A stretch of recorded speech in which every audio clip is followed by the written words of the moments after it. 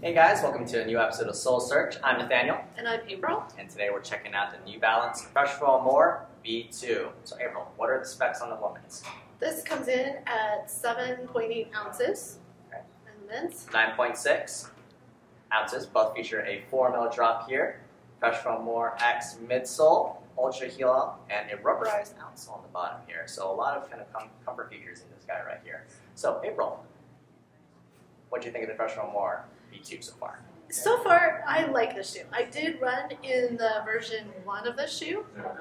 Probably had a bit more mileage on that one compared to this guy. Probably maybe about 25 miles on this guy here. I like this shoe. It's definitely softer than the prior model. Like you said, that heel is nicer, kind of locks you in there. The prior model had the funny little kind of pods in the back that poked you in the heel. I also like the fact that it's a bit more flexible. They've added these kind of flex grooves in there, so it felt like it was a little bit more of a responsive shoe this time around. Yeah, awesome, yeah. Sweet. But I'm clocking a little over 50 miles on this guy right here, and it's definitely, I like the max cushion shoes kind of right here, the Maximo shoes here, and it's definitely, I agree, responsive. I had last year's version of the More as well, and it's definitely a different shoe, the vastly different shoe, even though it kind of has the same characteristics. Totally different. The Fresh for More X is nice and soft, but it's not mushy soft. It has a lot of responsiveness. Like you said, those flex screws on the bottom, it gives it a little bit of a pop, so you at least get some sort of feel. It's not like a dead feeling shoe where it feels like you're flat, stuff like that. The ultra heel is my favorite part right here. I love this. Most shoes I have to do that lace lock, that little loopy thing. This guy right here didn't have to do that at all. Locked in, not moving around the heel at all, something like that. So what have you been using the shoe for lately? I've been using this for some of my longer runs. I like something that I can, a little bit softer, a little responsive, and so that's what I've been using it for mainly. Yeah. Actually, kind of like keep the legs fresh, stuff like that. Yeah, absolutely. Yeah. Same here. Yep. Same thing. Same thing. Yep. Post workout, like after a workout, day after a workout, grabbing your shoe that's like, okay, I want to keep my legs happy here. That's not going to weigh me down. I feel like this is a great option. Recovery run, stuff like that, or maybe just a shoe is like I want to feel protected, stuff like that.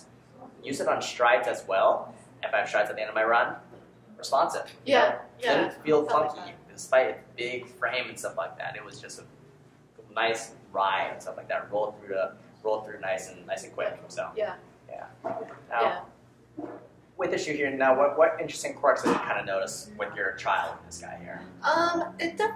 The upper is definitely much looser than the prior model. And I don't know if I necessarily like that any better than the other model. I felt like I had to definitely tie it down a bit tighter with that, but it wasn't such a bad thing. It's super breathable compared to the prior model, so I certainly like that a lot.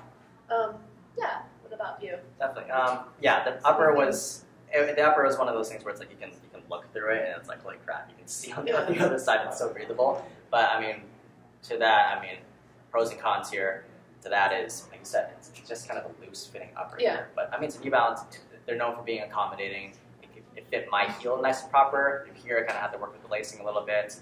But at the end, it's such a lightweight shoe that it kind of disappears on your foot. But I agree. There were some parts where I was lacing it. And right here would kind of bunch up kind of weird with a weird flex point. But never once did it give me a hot spot. I never felt like that at all in this one. And I think, of all the maximum cushioning shoes that are on the market right now, I felt like this one feels a lot lighter, and definitely more responsive. It almost felt like it's a max cushion shoe that feels normal. Yes. It's probably one of the more normal feeling max cushion shoes.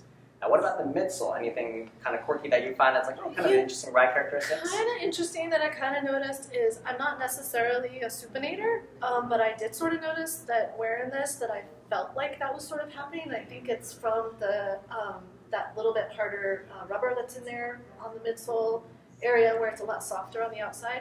So I think that it was kind of giving me a little bit of a supination. Like maybe has a little posting in it. A little, like it's got some posting in it that, I wouldn't have expected. Sure. So I think that if somebody needed something with a little support, this might actually work for them. Sure. Yeah, I felt the exact same way. Even though this is a neutral categorized Maximo shoe right here, you sit inside the shoe here, you got like this big frame here, and right here, like where the outsole builds up right there, it's almost like this was like the posting. And I felt the same way.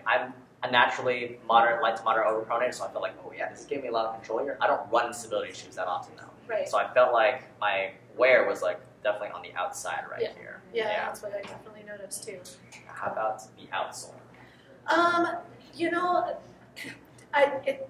it's really soft and all, but the only thing that concerns me is I wouldn't want to wear it in wet conditions. It feels pretty slippery. You know, we haven't had much rain here in Arizona. We've got lots of water on the sidewalks from sprinklers, so I was always a little cautious in that area. So it's hard to say. Yeah. For traction. I'm with So, you. Yeah. The thing is, this outsole too. It's not rubber. You know? Yeah. It's a rubberized foam, which I think adds to the comfort value, but it does kind of take away from the potential for grip on wetsuits and stuff like that. Which, like you said, we don't have much wet around here. So. And then I just kind of wonder, hopefully it's going to hold up over time. You know, I don't have a lot of mileage on it. I know the prior model definitely was a lot softer, and I know that, you know, it had abrasive marks all over it. This one, a little bit, so we'll see. Yeah, and I'm kind of noticing too, like these little nubs here, they're like compressing in. Yeah. So they can like tell us like, I'm not sure how many miles, maybe 400, 450 out of this guy here, before you really start digging in there. Yeah. So just gonna be a matter of time before the outsole wears out a little bit quicker than some rubberized, actual real rubberized. Yeah, maybe so. Yeah. All right, well, April, who would you kind of recommend the shoe for in that? Definitely for somebody maybe needing maybe tiny a little bit of support, somebody out on super long runs, needing something that's going to still be a little responsive, like you said, maybe, you know, maybe picking up a little of a tempo here and there, but I think somebody definitely training for some longer sort of runs. Definitely, I'm with you, yeah. Great recovery shoe if you're a little bit of a heavier runner also. Great pick as well. It's not too mushy soft. Still has a nice little bit of responsive to it, firmness to it, and stuff like that. So, awesome, April. Yeah. Well, Fresh From More V2 available at our Soul Sports Scottsdale location here. If you can't stop by our Scottsdale location, it's also available online at soulsportsrunning.com here. Thanks for joining us. I'm Nathaniel. I'm April. And we'll see you next time. See ya.